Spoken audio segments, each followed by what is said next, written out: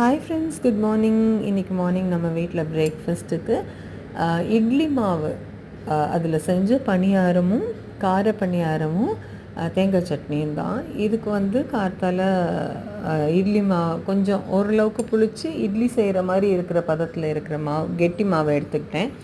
இது கூட கொஞ்சம் ஒரு டேபிள் ஸ்பூன் மைதாவும் 1 டேபிள் ஸ்பூன் ரவையும் சேர்த்துக்கிட்டேன். ரவை வந்து ரொம்ப நேரம் கிறிஸ்பியாக இருக்க ஹெல்ப் பண்ணும். மைதா வந்து ரொம்ப எண்ணெய் குடிக்காமல் கொஞ்சம் சாஃப்டாகவும் இருக்க ஹெல்ப் பண்ணும். ஸோ இதை வந்து நல்லா மிக்ஸ் பண்ணிவிட்டு உப்பு, பெருங்காயத்தூள், பச்சை மிளகாய், இஞ்சி, கருவேப்பிலை, கொத்தமல்லி, கொஞ்சம் வெறும் ஜீரகம் இதெல்லாம் சேர்த்து நல்லா மிக்ஸ் பண்ணணும். ஒன் டைரெக்ஷனில் நல்லா அந்த ஃபோர்க் இல்லை ஸ்பூன் வச்சு நல்லா அடிச்சுக்கணும். அது நல்லா ஃப்ராத்தியாக அந்த பபிள்ஸ் ஃபார்ம் ஆகிற அளவுக்கு அடிச்சுக்கணும். அடிச்சுட்டு இது குழி பணியாரம் செய்கிறோம் இல்லையா, அந்த அப்பக்காரல்னு சொல்லுவாங்க சில பேர்.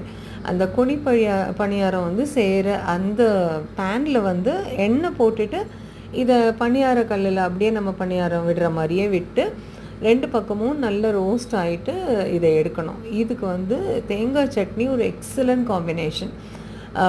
இது வந்து ஏன் நான் வந்து பணியாரக்கல்லில் செய்கிறேன் அப்படின்னா, இது வந்து கொஞ்சம் எண்ணெய் நிறைய குடிக்கும். எண்ணெய் குடித்தாதான் இந்த ஸ்டைல் ஆஃப் பணியாரத்துக்கு டேஸ்ட்டே எண்ணெய் குடிக்கிறது தான். ஆனால் ரொம்ப பண்ணாலும் அது வந்து ஹெல்த்துக்கு நல்லது இல்லை இல்லையா? அதனால் நீங்கள் இந்த மாதிரி பணியாரக்கல்லில் செஞ்சீங்க அப்படின்னா உங்களுக்கு எண்ணெயும் கொஞ்சம் கம்மியாக குடிக்கும். அதே சமயம் அந்த ரொம்ப கனமாக அந்த பாத்திரம் இருக்கிறதுனால உங்களுக்கு செம்ம கிறிஸ்பியாக வரும். 2 சைடும் கிறிஸ்பியாக வரும்.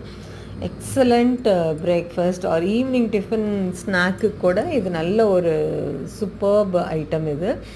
இது கூட தேங்காய் சட்னி அரைச்சிருந்தேன். நல்ல சுள்ளுன்னு சூப்பராக தேங்காய் சட்னி அரைச்சிருந்தேன். நீங்கள் விருப்பப்பட்டால் இதில் சின்ன வெங்காயம் கூட கட் பண்ணி சேர்த்துக்கலாம். எங்கிட்ட இன்றைக்கி சின்ன வெங்காயம் ஸ்டாக் இல்லாததுனால நான் சேர்க்கலை. ரொம்ப ஃபஸ்ட் கிளாஸாக வந்துருந்ததுங்க. செய்ய காலி ஆகிட்டே இருந்தது. அவ்வளோ நல்லா இருந்தது. எங்கள் வீட்டில் எல்லாருக்குமே ரொம்ப பிடிச்ச ஒரு ஃபேவரட் ஸ்நாக் இது. நீங்களும் ட்ரை பண்ணி பாருங்கள்.